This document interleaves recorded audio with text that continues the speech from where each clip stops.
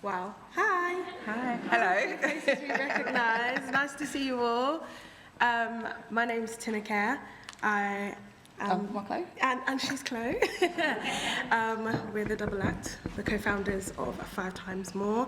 And today we're going to be speaking on elevating maternal health and navigating pre-existing conditions in pregnancy. So just to give a disclaimer, I'm sure you all know, the UK is still one of the safest places to give birth in the world. There is a disparity in who is dying, and that is what we campaign for. Black women are not a homogenous group, so we do not all think the same, we do not all have the same experiences, so we don't speak on behalf of all black women, but certainly there are some recurring themes that we will discuss. So who are we? As I said, I'm Tinuke, and it was mentioned before, I am the co-founder of 5 Times More and also the founder of Mums and Tea, which is a social platform to connect mums together, both online and offline. I started it when I just had my son, feeling quite lonely, quite isolated, and decided to get some mums together and have a chat over some tea, really. I'm also the founder of Learning with Ez, which specialises in... This is for one of you. Thank you. Hello. Which specialises in diverse educational resources for babies and toddlers. I thought you were going to say how you met me. Okay, how I met Chloe was through Mums and Tea. As we were going through online, I met her. She studied, she did Prosperities, which I thought was really cool. And I was like, okay, well, you do maternal mental health, and I think that's awesome. Why don't we just connect together and do something? But we'll talk about how 5 Times More came about in a second. So I'm Chloe, co-founder of 5 Times More Tinuke. At the time when we started 5 Times More, I was doing Prosperities. I no longer do Prosperities, but I'm the NVP, which is the Maternity Neonatal Voice Partnership for St. Thomas Hospital. What is 5 Times More? We are a grassroots organisation dedicated to highlighting and changing black maternal outcomes in the UK. We have a four-pronged approach. The first one is we train staff and health professionals. We support women, so we empower them with our free resources that we have on our website and all the information that we have on our social media platform. We lobby the government, so we have the Black Maternal Health APPG. And we do research and report. So the year before, we launched the Black Maternity Experience Report. Not much then.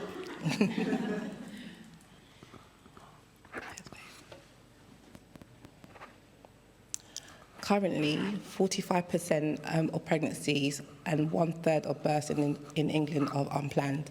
So last year, the government, which is the Maternity Disparity Task Force, which we are part of, began developing pre-pregnancy guidance that aim to enable women from ethnic minority communities and those living in deprived areas to make informed decisions about their health and well-being prior to pregnancy. So we were part of that meeting, and we were happy that this was happening. But as you can see, only 45% of women plan their pregnancy. So the other percentage of women who don't plan their pregnancy, what happens to them? Especially when they have pre-existing condition. So in the information pack, it talks about pre-existing health condition, genetic testing, planning for your pregnancy, and mental health. Okay, so here we're going to talk about some of the things in our culture. So in our culture, it seems rude to ask certain questions. So I wouldn't go up to my mum and say, and ask her about her medical conditions or anything she had medically, because the way I was brought up, it was a bit rude to ask them sort of questions, very private.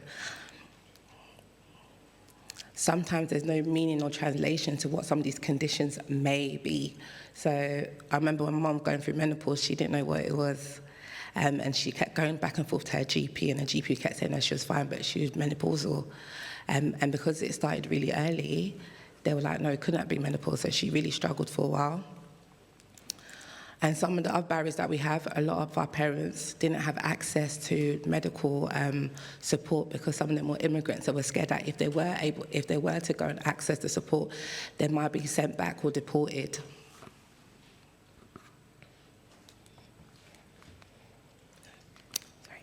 As second-generation immigrants now, some of us might not be aware of our medical history because of what our parents have gone through. So also sometimes people present as being fit and healthy without realizing that there are some really serious things going on in the background which can have an effect on your pregnancy. So the messages from the latest Embrace report are actually repeated from loads of previous reports, but this time they noted that there is now a new need for appropriate midwifery training, not more training, programs and to support and manage a growing obstetric population with multiple medical, surgical, and mental health and social care needs. Looking at these findings, it's clear that midwifery is facing some important changes in maternal health care with a growing number of patients who have more diverse needs. So it's crucial that midwives stay up to date and are equipped.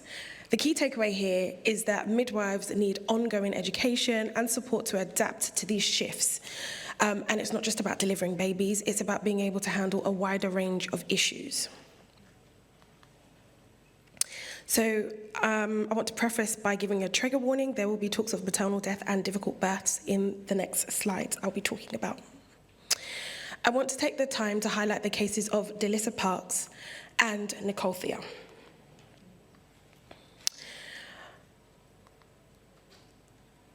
These are two women that passed away during giving birth that had pre-existing conditions that were exacerbated during pregnancy, and it led to their untimely deaths. Delissa Parks suffered from constipation since she was a little girl and had a medical history of severe constipation, a megarectum. However, this issue was not linked in her maternity notes. Her antenatal scans showed a displaced uterus, which was caused by a grossly distended rectum, but it was not acted upon. At 38 weeks, a decision was made to manually turn her baby as she was breech.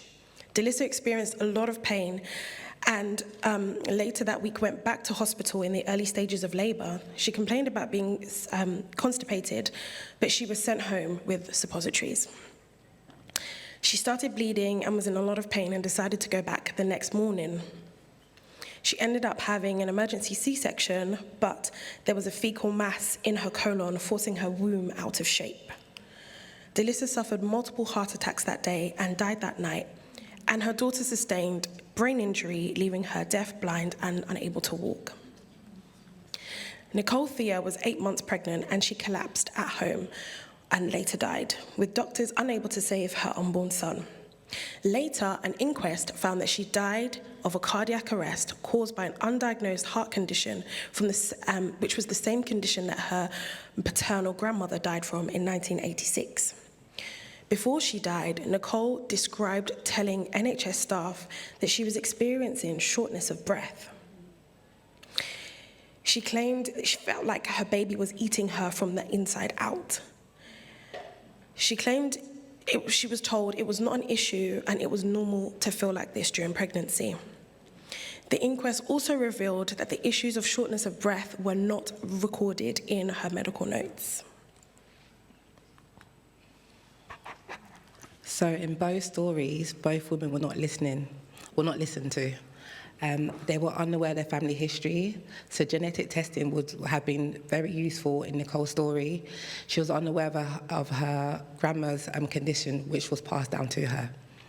In both stories, the women's symptoms were not taken seriously. They were seen as pregnant women who were having typical pregnant-related symptoms.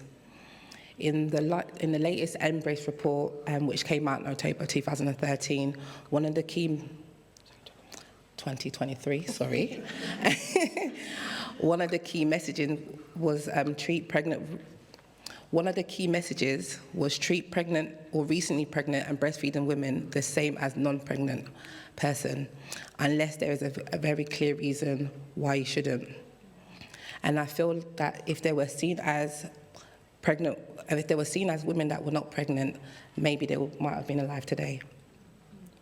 There was no multidisciplinary approach. This was not taken as her notes were not transferred to Delissa. She's been suffering constipation. She was actually under care at the time as well, but nothing was translated in the notes, nothing was written down, and this is why it happened to her. As health professionals, there is a need to let women know the importance of knowing their family history and their own history. So in my case, I have beta thalassemia traits. I didn't know about having beta thalassemia trait till I was pregnant. I didn't think that was something I should check. I didn't know I should check my blood, any of my blood testing before I got pregnant, because I didn't know it was something that was important. When I was pregnant, I still didn't think it was important. I remember being asked about, does my dad have diabetes? I didn't know it was an important thing to even know. So when they asked me, I just said no. But I didn't bother to ask my dad. I just thought, oh, it wouldn't have been important. I think there needs to be some emphasis on how important it is to know your own history, but your family history.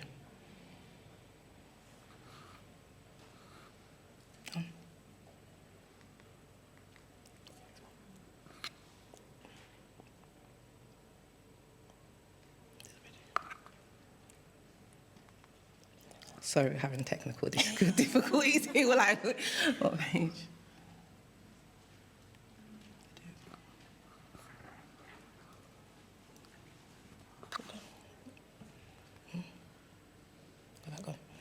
Okay, let me go back and add a bit more. You must emphasise the need to speak about any previous existing or current conditions that they have or the family members may have, no matter how small it is, and no matter if you feel like it doesn't relate to pregnancy, because in the end, like I said, Nicole, she didn't know her mum dying from her grandma dying from a heart condition was linked to her own condition when she became pregnant. Thank you for listening. If you are not already following us on social media, then here are the details. You can tweet us, you can follow us, and yeah, that's us. Thank you. Thank you.